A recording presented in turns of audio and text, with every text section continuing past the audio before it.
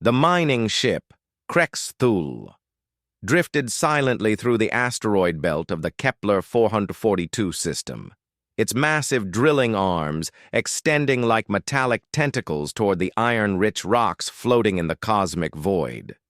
Captain Zephyrak of the Vorthak Empire stood on the bridge, his four eyes scanning the holographic displays that showed the ship's progress.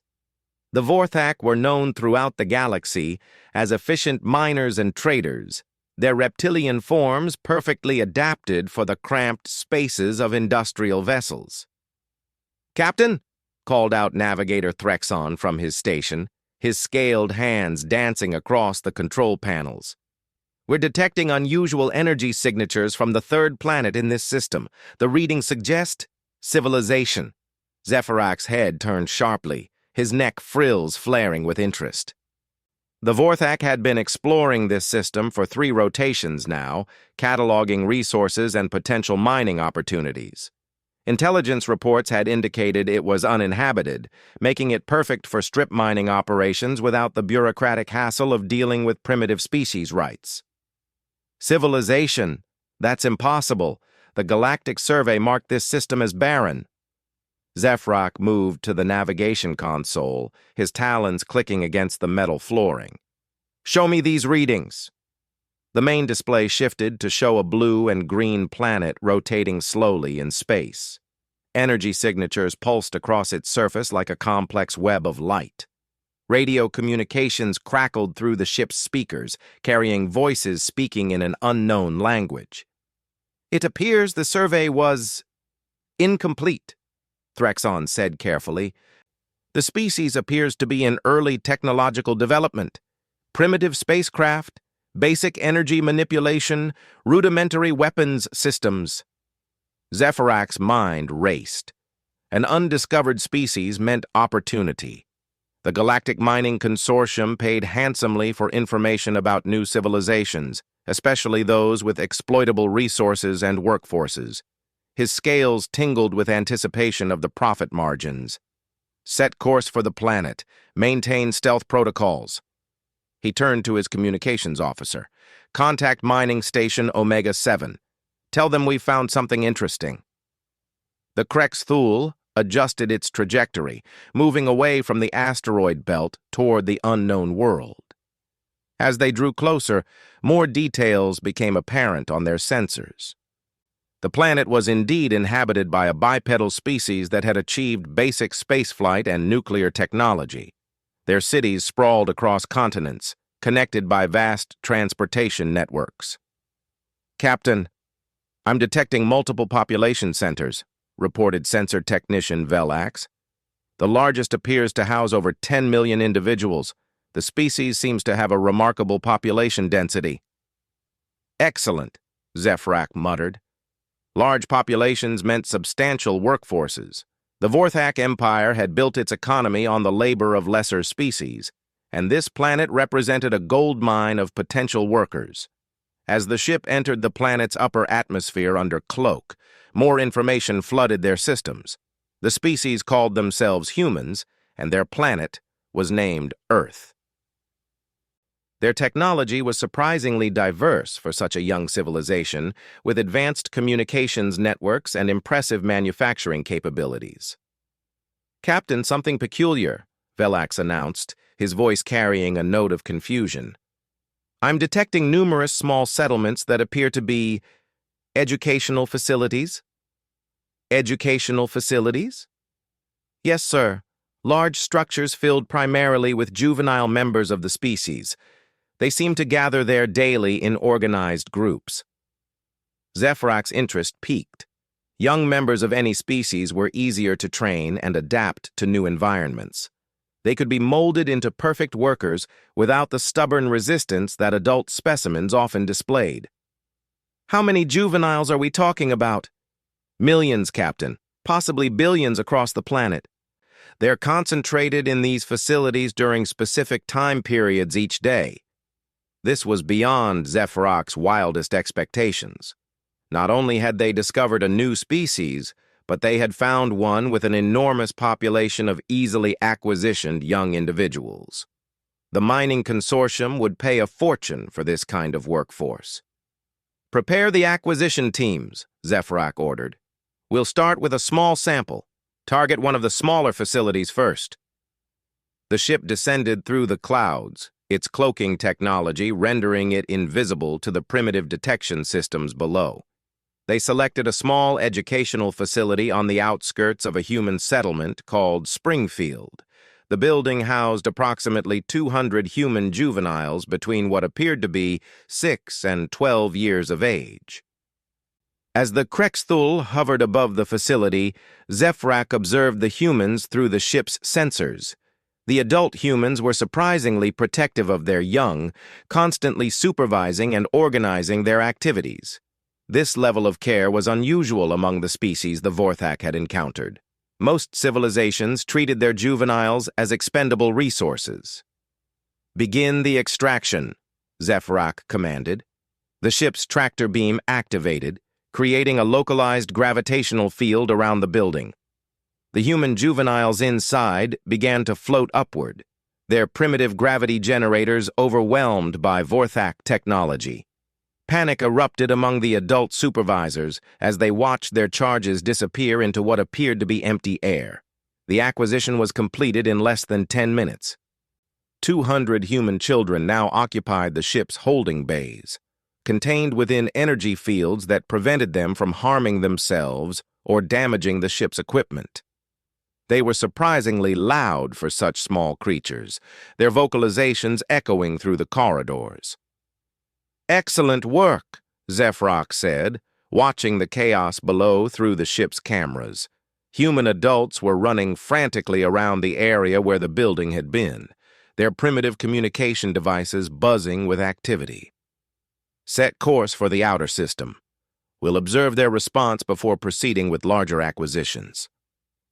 The Krexthul retreated to a safe distance, maintaining surveillance of the planet while the crew processed their captives. The human juveniles were placed in standard containment units designed for newly acquired specimens. Medical scans revealed they were carbon-based life forms with surprisingly robust physiology despite their apparent fragility. Dr. Krixtall, the ship's xenobiologist, conducted preliminary examinations of the humans. His findings were intriguing. The species showed remarkable adaptability and intelligence for their developmental stage. Their brains were highly complex, with neural pathways that suggested advanced problem-solving capabilities. "Captain, these specimens are fascinating," Dr. Krixtall reported. "Their cognitive development is accelerated compared to most species we've encountered. They might prove to be exceptional workers once properly conditioned." Zefrak nodded approvingly. High-intelligence workers commanded premium prices in the galactic labor markets. The mining consortium would be extremely interested in this discovery. Meanwhile, on Earth's surface, the human response was swift and massive. Military vehicles converged on Springfield from all directions. Communication networks across the planet buzzed with reports of the impossible disappearance. The human governments, despite their primitive technology, demonstrated remarkable coordination in their response to the crisis. "Captain, the planet's military forces are mobilizing," reported Threxon. "They're launching primitive spacecraft and activating defensive systems." "Let them," Zefrak scoffed. "Their technology is centuries behind ours. They pose no threat to a Vorthak mining vessel." But as hours passed, Zefrak began to notice something unsettling about the human response. They weren't simply panicking or accepting the loss as most species would. Instead, they were systematically searching every possible explanation for what had happened. Their scientists were analyzing atmospheric disturbances, their military was scanning for unknown energy signatures, and their leaders were coordinating a planet-wide investigation. More disturbing was the emotional intensity of their response. Adult humans across the planet seemed genuinely distressed by the loss of the juveniles. Mass gatherings formed in city centers, with thousands of humans displaying what appeared to be grief behaviors. This level of attachment to young individuals was unprecedented in Zefrak's experience. Sir, we're receiving transmissions from the planet, the communications officer announced. They appear to be demands? Demands. From a primitive species. Zephrak's scales rippled with amusement. What are they demanding? The return of their juveniles, sir. The transmissions are being broadcast on all frequencies in multiple languages. They're quite emotional. Zephrak listened to a few of the intercepted messages. Human voices pleaded, threatened, and bargained for the return of their young. Some offered technology, others promised resources, and a few made threats that would have been laughable if not for the raw intensity behind them. Fascinating behavior, Dr. Crickstall observed. This species appears to have an unusually strong protective instinct toward their offspring. Most civilizations we've encountered view juveniles as replaceable resources. As the ship continued its observation, more human spacecraft launched from the planet's surface. Their technology was indeed primitive, but their determination was remarkable. They deployed detection grids across their star system, sent probe ships to investigate nearby asteroid fields, and maintained constant communication networks searching for any trace of their missing children. "Captain, I'm detecting something unusual," Velax announced, his voice tight with concern. "Long-range sensors are picking up multiple spacecraft approaching this system. They're not human designs." Zephrak's attention snapped to the sensor displays. 3 ships were indeed approaching, their configurations unfamiliar but clearly advanced. As they drew closer, identification protocols revealed their origins. "Those are Zephyrian vessels," Threxon said with obvious surprise. "What are the Zephyrians doing in this sector?" The Zephyrians were known throughout the galaxy as one of the older, more established civilizations. They maintained extensive trade networks and had a reputation for being both technologically advanced and politically influential. Their presence in this system was unexpected and potentially problematic. "Open a communication channel," Zephrak ordered, trying to project confidence despite his growing unease. The main display activated, revealing the bridge of the lead Zephyrian vessel. Commander Yilmoth appeared, her tall, ethereal form radiating an aura of barely contained fury. The Zephyrians were renowned for their calm demeanor, making her obvious anger deeply unsettling. "Captain Zephyrak of the Vorthak mining vessel, Krexthul," Yilmoth said, her voice carrying harmonics that suggested extreme displeasure. "You will explain your presence in this system and the nature of your recent activities." Zephrak straightened, trying to maintain his authority despite the obvious power imbalance. "Commander Yilmoth, this is Vorthak territory under standard mining rights. We're conducting resource extraction operations in accordance with Galactic Mining Consortium protocols." "Resource extraction," Yilmoth repeated, her tone dropping to dangerous levels. "Is that what you call kidnapping children?" The words hit Zephrak like a physical blow. How could the Zephyrians possibly know about the acquisition operation? The humans had no method of contacting other civilizations, and the Vorthak had maintained strict communication silence. "I'm not certain what you're implying," Zephrak said carefully. "Our operations target mineral resources and available workforce according to standard procedures." Yilmoth's expression became even more terrifying. "Available workforce? Captain Zephrak, are you telling me that you consider human children to be available workforce?" The question hung in the air like a death sentence. Zephrak realized that somehow the Zephyrians had not only discovered his operation, but were treating it as something far more serious than a standard acquisition mission. "The species shows no signs of galactic citizenship," Zephrak said, falling back on standard legal protocols. "They lack faster-than-light communication, interstellar travel capabilities, and haven't made formal contact with the galactic community. Under consortium regulations, pre-contact civilizations fall under standard resource acquisition guidelines." "Pre-contact civilizations," Yilmoth said slowly, "do not include the abduction of children under any circumstances. Captain Zephyrak, do you have any idea what you've done? The silence on the bridge of the Krexthul was deafening. Captain Zephyrak stared at Commander Yilmoth's image, trying to process the implications of her words.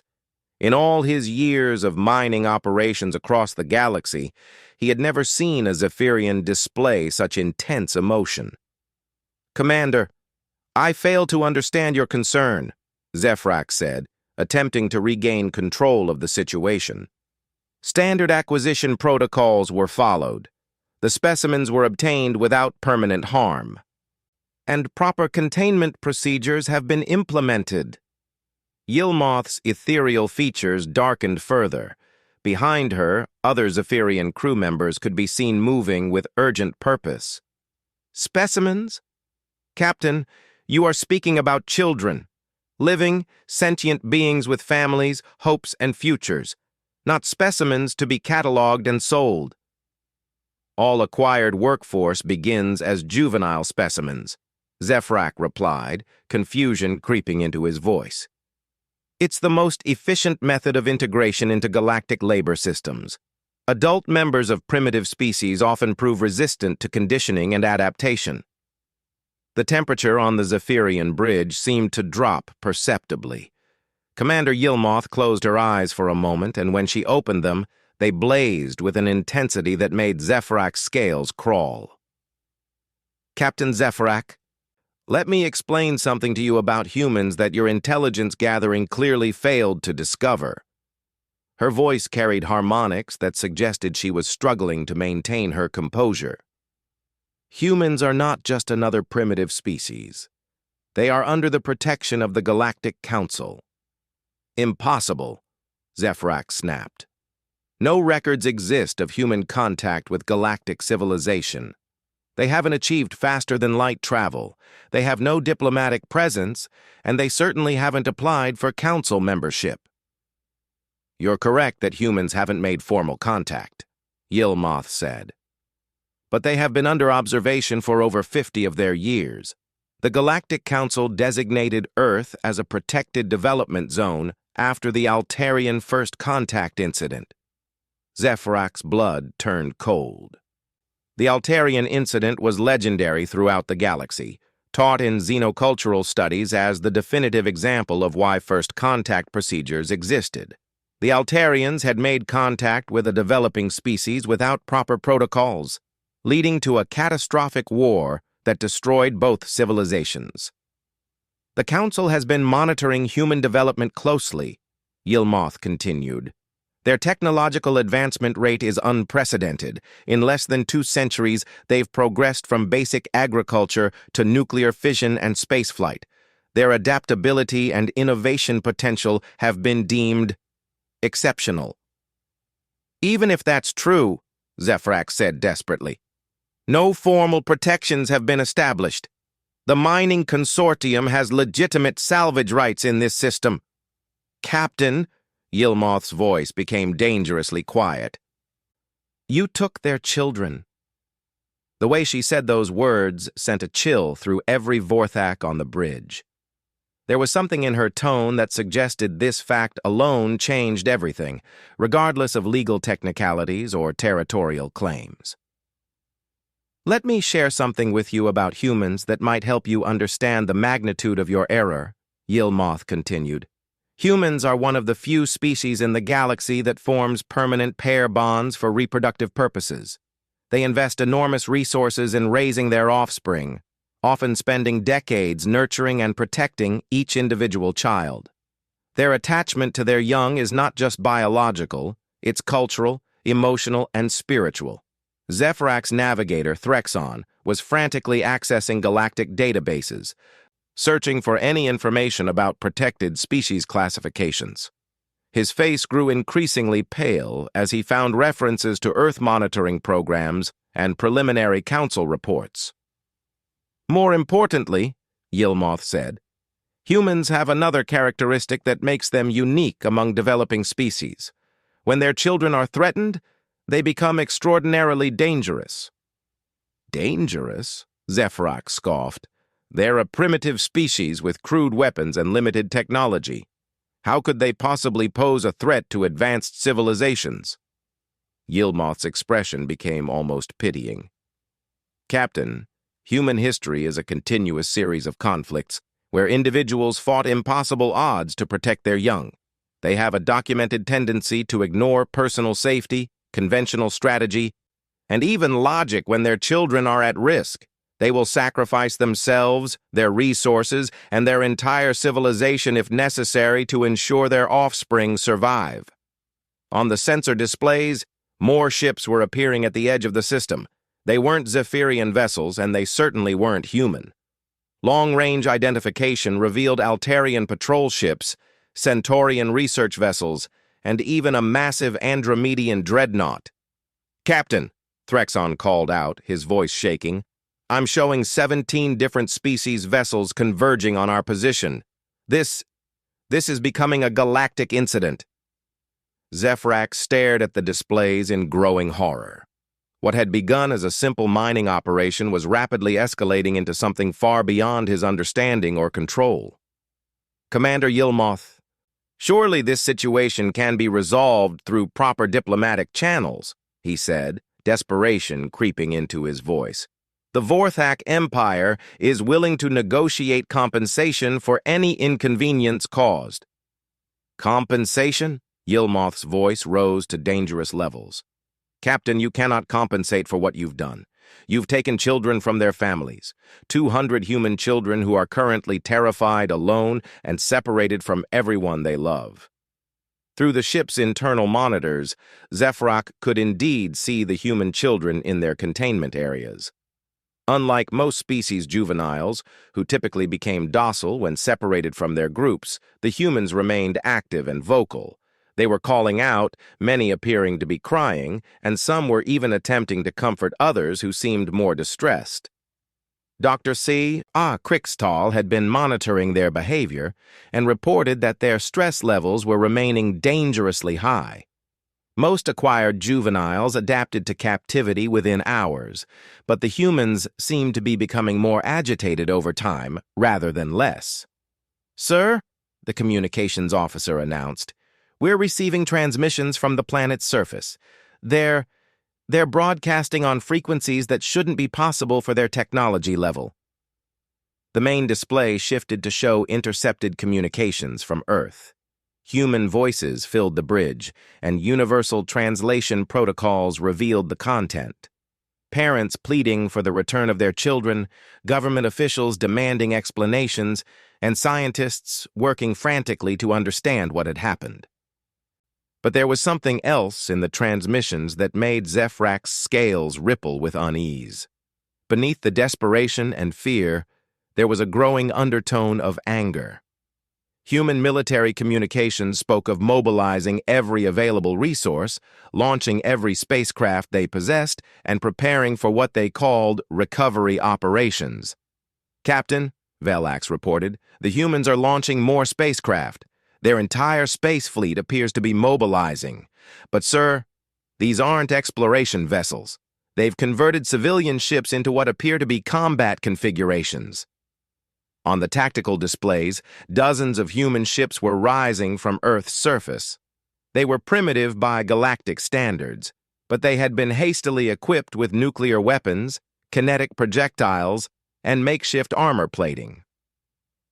It was clear that the humans were preparing for war. "They're planning to attack us," Threxon said in amazement, "with primitive spacecraft against a Vorthak mining vessel. It's suicide." "No," Commander Yilmoth's voice came through the communication system, having overheard the exchange. "It's human nature.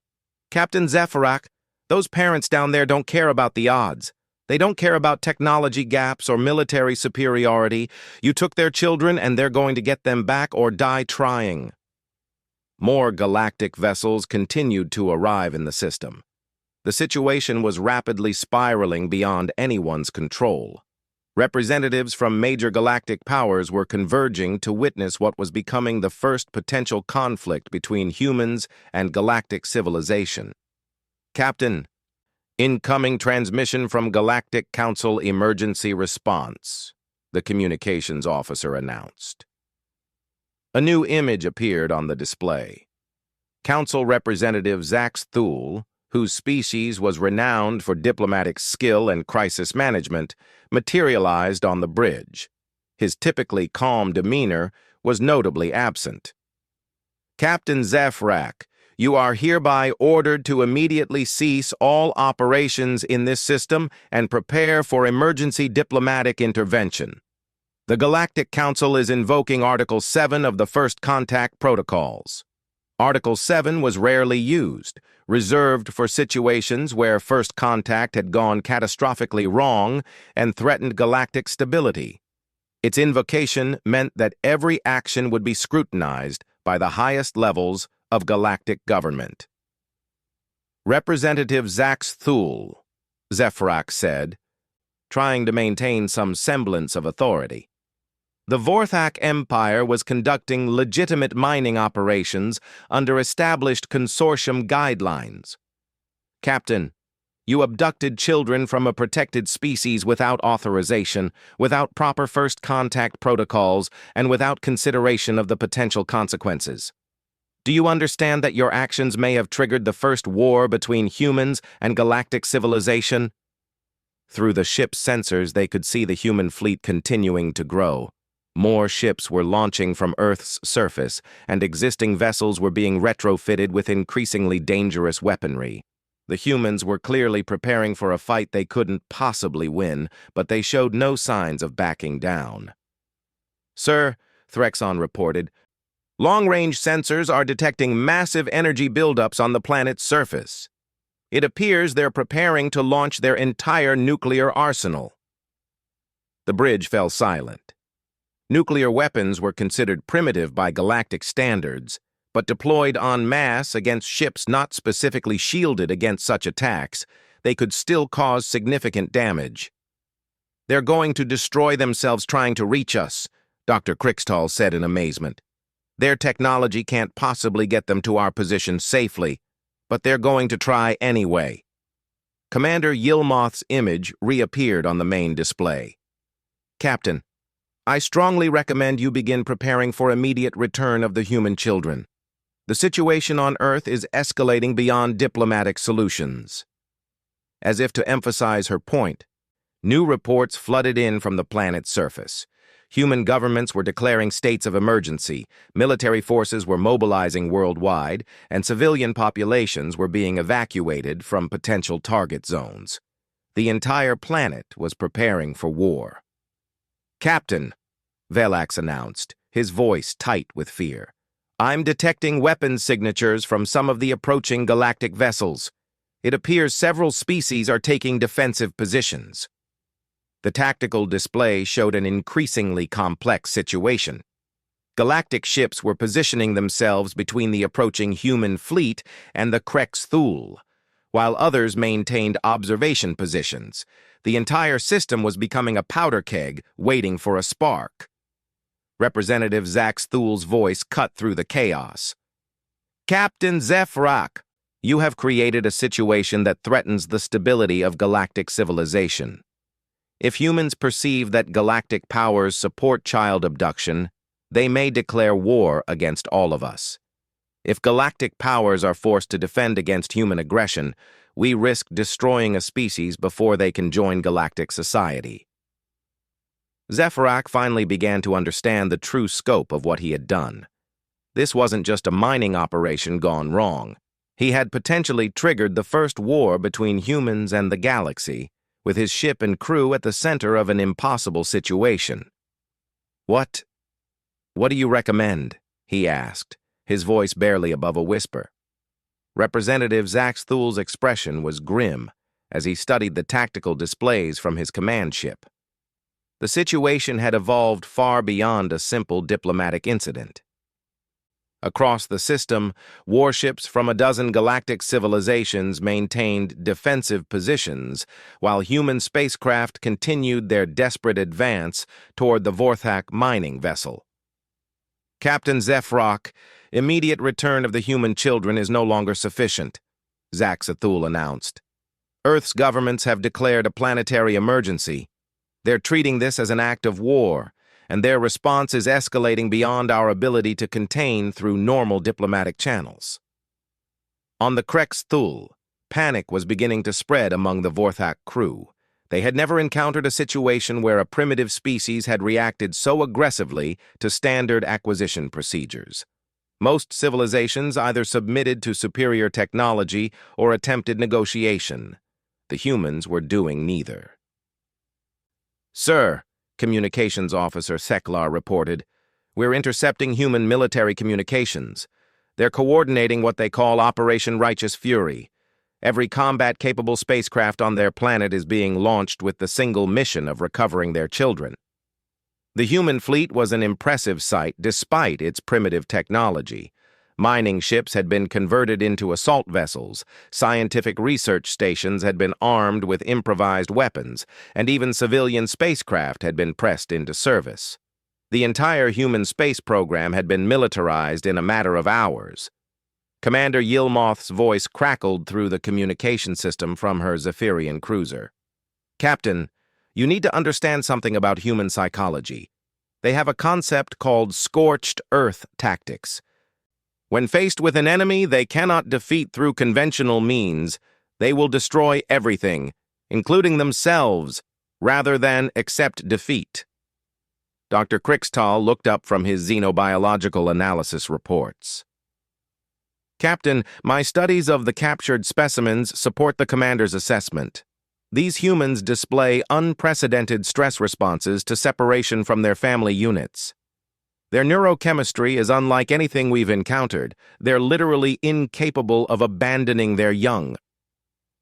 Through the ship's monitoring systems, they could observe the human children in their containment areas. Unlike other species' juveniles who typically became compliant after capture, the humans were displaying increasingly sophisticated resistance behaviors. They had organized themselves into groups, with older children comforting younger ones, and several attempting to find weaknesses in their containment fields. "The children are remarkable," Dr. Krixtal continued. "Even under extreme stress, they're maintaining social structures and mutual support systems. Most species' juveniles would have become catatonic by now." Navigator Threxon suddenly straightened at his station. "Captain, I'm detecting massive energy signatures from the approaching human fleet. They're not using conventional propulsion anymore." The tactical display showed the human ships had begun firing their nuclear engines at maximum burn, accelerating far beyond safe parameters.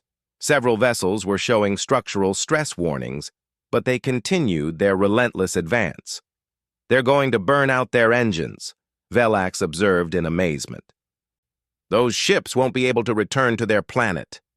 "They don't care," Commander Yilmoth said grimly. "Human parents will sacrifice anything, including their own lives, to protect their children. This is exactly what the Galactic Council feared when they placed Earth under observation."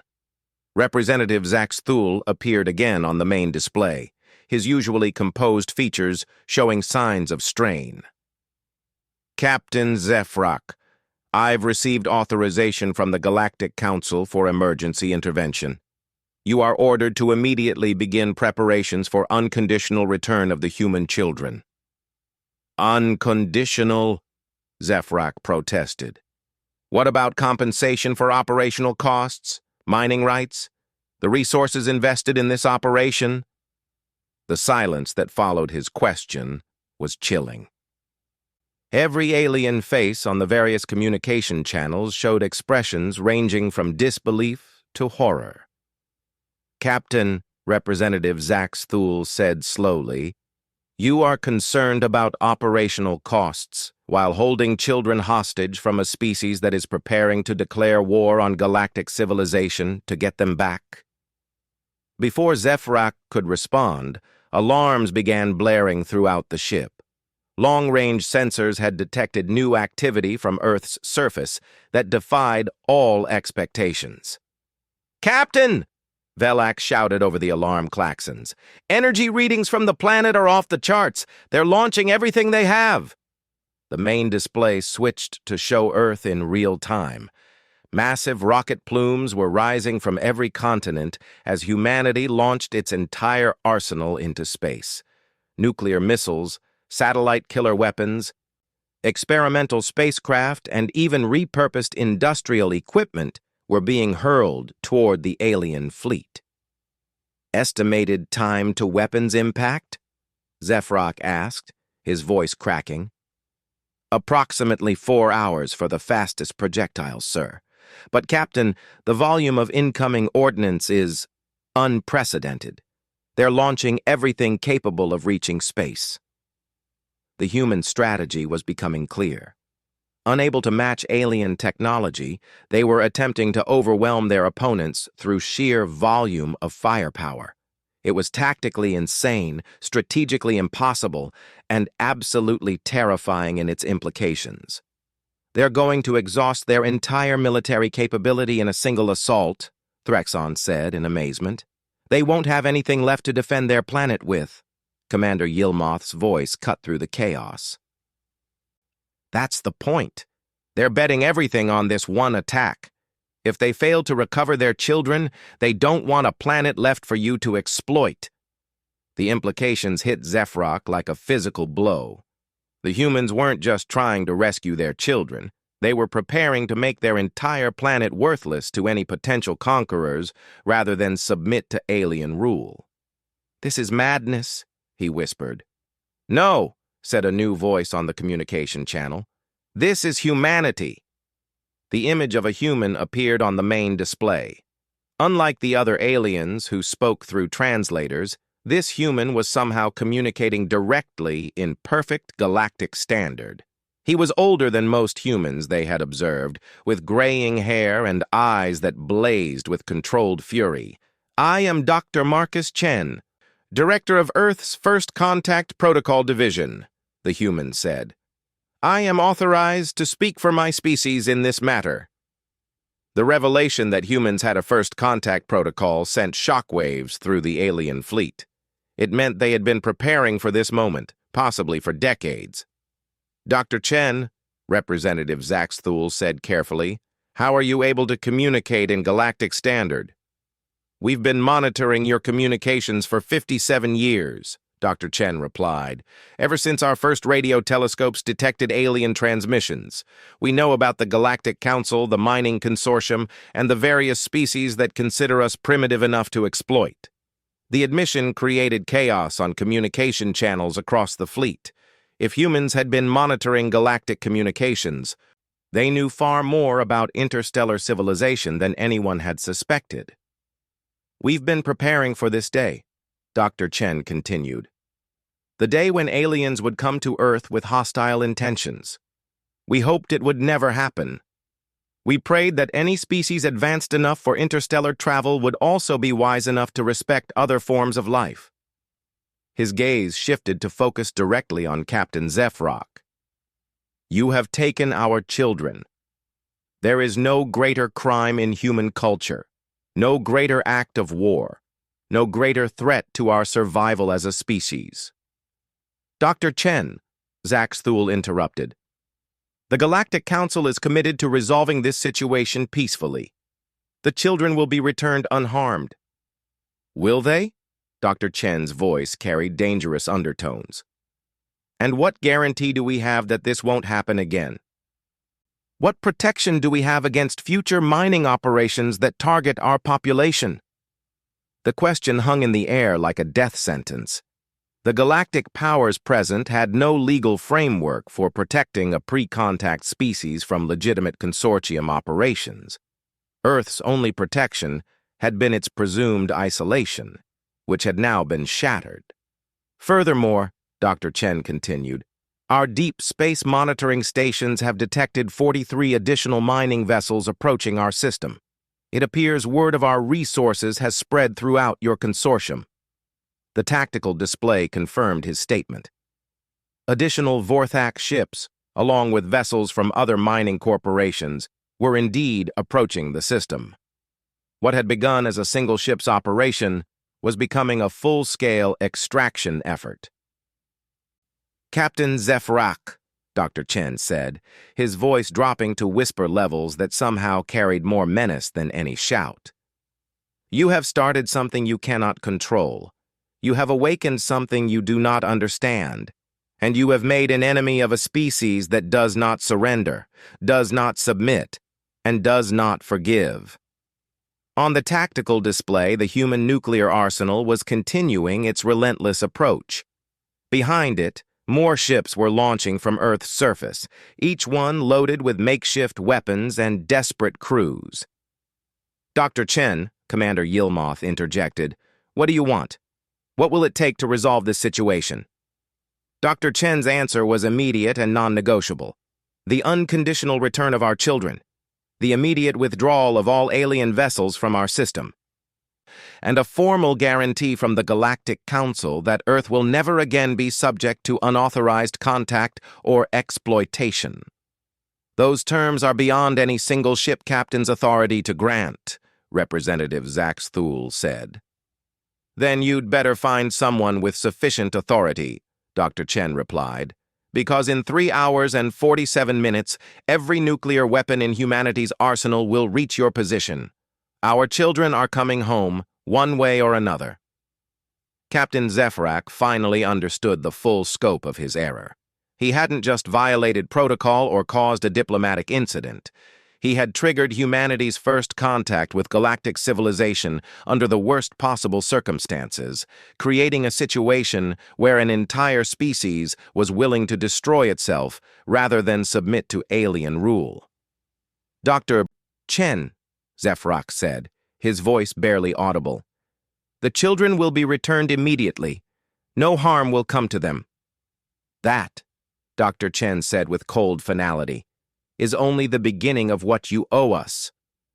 As the human fleet continued its approach and alien ships scrambled to find a solution, one thing became crystal clear to every species present. Humanity had just announced its arrival on the galactic stage, and they had done so in a way that no civilization would ever forget. The age of human isolation was over, but the age of human independence had just begun. The Krexthol began preparations to return its precious cargo, while across the galaxy, alien civilizations started the process of completely reassessing everything they thought they knew about the small blue planet in the outer spiral arm. Earth's children were going home, and with them went any illusion that humanity would be an easy species to exploit. The galaxy had just learned why you never, ever take human children. And it was a lesson they would never need to learn twice.